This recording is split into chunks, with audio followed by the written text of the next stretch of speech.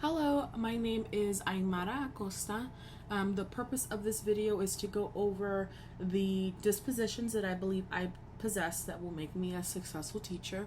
Along with that is the dispositions that I believe I need to work on before entering as a first year teacher. And the last thing would be the qualities I believe a professional educator should display. To go over the dispositions that I believe that I have is I believe I possess compassion, dedication, and honesty. I believe those would make me a successful teacher only because, in the end, we need to show that compassion to the students to show that we are there for them and are working to do our best to be there for them.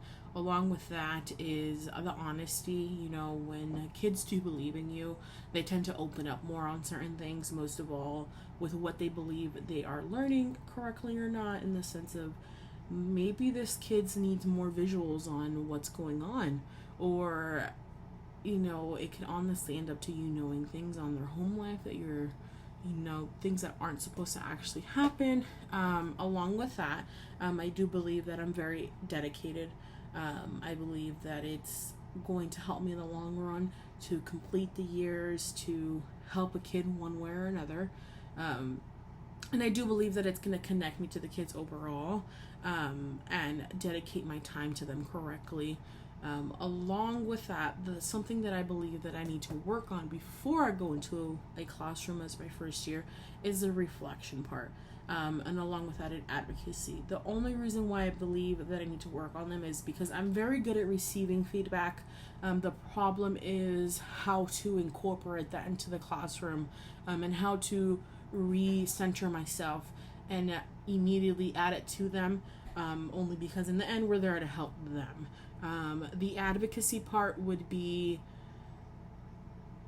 very much connected to the honesty. In the end, I'm very much of a rule follower. I like to do things the way that it's being told, most of all when it comes to work, and at schools and districts. I know it can be very finicky in what you can and can't do.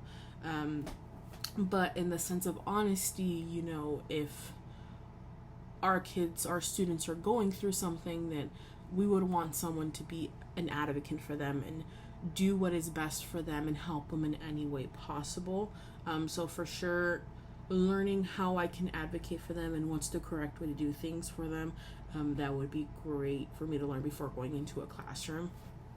The qualities that I believe a professional educator should display, honestly, I believe they should be following all the dispositions in one way or form. I'm not saying, for them to follow them equally all together, but in the sense of every teacher should have, in one way or form, each of the dispositions, whether it be their strong suit or not. I believe it shapes a teacher very well, and I feel like it represents a lot of the teachers that I grew up with. Along with that, I feel like following the mode code of ethics is a very, very strong way of shaping a teacher and honestly guiding us in a very great direction. I do believe both of those show the qualities that we would need in order to become a professional educator. But yeah, that is it, and thank you so much, and I hope you have a great night.